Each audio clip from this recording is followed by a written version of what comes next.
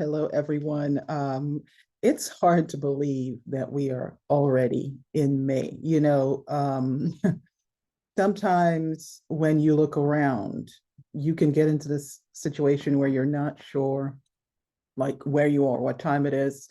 Um, just after Easter, that was back in April, of course, I went into one of the department stores and they had all of autumn things out and they were starting to pull like Christmas items. And I walked out of that store kind of wondering, okay, is it still spring? It feels a little bit like summer, but like I see around me things for autumn being pulled and even things for December. And so I think sometimes you can end up just feeling lost. Um, and I think in real life, sometimes in our personal lives, I think a lot of people are experiencing transitions. It's not just about going to a store and seeing something that's like in a different season that hasn't even occurred yet. Or maybe seeing things from past seasons and you're wondering, why is stuff from last year still sitting on a shelf someplace? And sometimes that alone, something that simple, can give you this feeling of not being sure of like where you are. And you have to ask yourself this question, like, where am I? Where are you? And so when people are going through sometimes just these transitions and circumstances that can often leave us feeling that we're lost. And one thing we do know is that when you're lost or when you're feeling lost, it's very difficult to figure out like where you're heading to next, like where am I going? Because if you can't say where you are, it's going to be hard to kind of go, okay, now where am I going to next? Because direction is important in life, in the natural and in the spiritual. And so maybe you're in that place right now. You're just not sure where you are. And that can be as frustrating as like having a device with no service. That's happened sometimes at our office. So, we have a lightning sometimes that strikes in the middle of the day. And suddenly, our devices were working and then they're not. And we live in a tech-driven world. So most of us can understand what that means. You can be in a location, and location is important, but it's not as necessary as positioning. What do I mean by that? There's this verse. I was kind of going through the story of Samuel recently, and in 1 Samuel 3, a verse really got my attention. And it's one I think that most of us, if we're believers, know well, where a very young Samuel, a boy, I'm thinking Solomon too, because he was young. But Samuel was sitting, resting, lying in a certain place in the sanctuary. And then he heard a voice. And we know that this was the voice of God.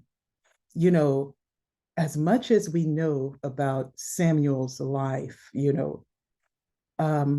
we know that he had an impact in the time that he lived in, but he is still impacting our lives today, right? He changed the trajectory of nations and of people. And he had this, what I call continual connection to God from the womb. And that was rare, even in scripture, right? And we know that that womb belonged to a person by the name of Hannah. And in this month where motherhood is honored, we have got to remember that Hannah remains one of the most impactful persons in history, in scriptural history and history in general, because of how she handled her circumstances. And one of the interesting things that we see in 1 Samuel 3, we see God begin to audibly call Samuel by name. And I think the revelation in that is that Samuel's positioning mattered more than his location. The Bible tells us that hearing from God was rare in those days, and receiving visions was also like not happening as often because the people were just living any kind of way. The nation was a mess, but the interesting thing is the sanctuary wasn't doing much better than the nation.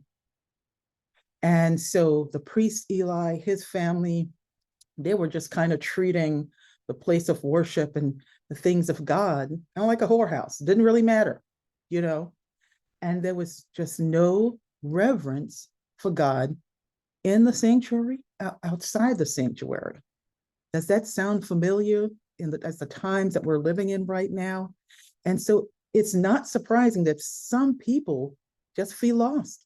They literally feel lost because no matter where they look, they're not really recognizing or experiencing reverence for God. But despite the circumstances that Samuel found himself in this temple, young age, mom is not there, dad is not there, and we know the story of Hannah. But he is in the temple, living in a place that was supposed to be wholly devoted to God. But in the middle of no reverence for God, God came into his presence. And how amazing is that, right? We hear a lot today about us entering into God's presence, and that makes sense. We're supposed to be pursuing God. But can you imagine God entering your presence right now because of your positioning? It's one thing about us because we know God, we trust God, we pursue him, we know he'll respond. But can you imagine just in your going about your day, being maybe in situations that's not favorable, that's not kind, that has no reverence for God, and God just entering into your presence? Where are you right now? Are you positioned to hear God? I've asked myself this question today. You know, we can be like in the same location, right? And not have the same position. And we can be in the same location, the same physical location, the same place. And I can be asleep and you can be awake. And I would not be aware of anything that God does, even though we are literally like in the same location. Positioning and being in position, it's about being postured for a purpose more than kind of just being in a place. A lot of times people are very busy to go to certain places. Well, I'm going to this place and that place, but their lives are still not positioned to experience God, to experience his presence. And that is a problem right now because it's kind of like back in Samuel's day. There is a lot going on around us that has zero reverence for God. Zero reverence for God. And that is not a good place to be in. And it's not a good position to find ourselves in. And the truth, if we really look at Samuel's life, his positioning began with a praying mother. Hannah had trouble in her house, in her location. She was barren when she began positioning this child she was praying for, and God visited her. Are you positioning yourself for a visitation from God? Or are you just kind of looking from place to place, running from place to place, trying to find something, even if you feel lost? You know, the priest, Eli, of course, and his family were in the same physical location as Samuel, but their spiritual positioning was different. The outcome of their lives were extremely different because Samuel was positioned to have God enter his presence. You know, they lost, so Eli and his family, while they lost that privilege to have God enter their presence, the right positioning towards God kept Samuel hearing and seeing God through every circumstance. You know, nations and families. There was a lot going on even in Samuel's day, but he kept hearing God and seeing God and being in his continual presence while he was on earth.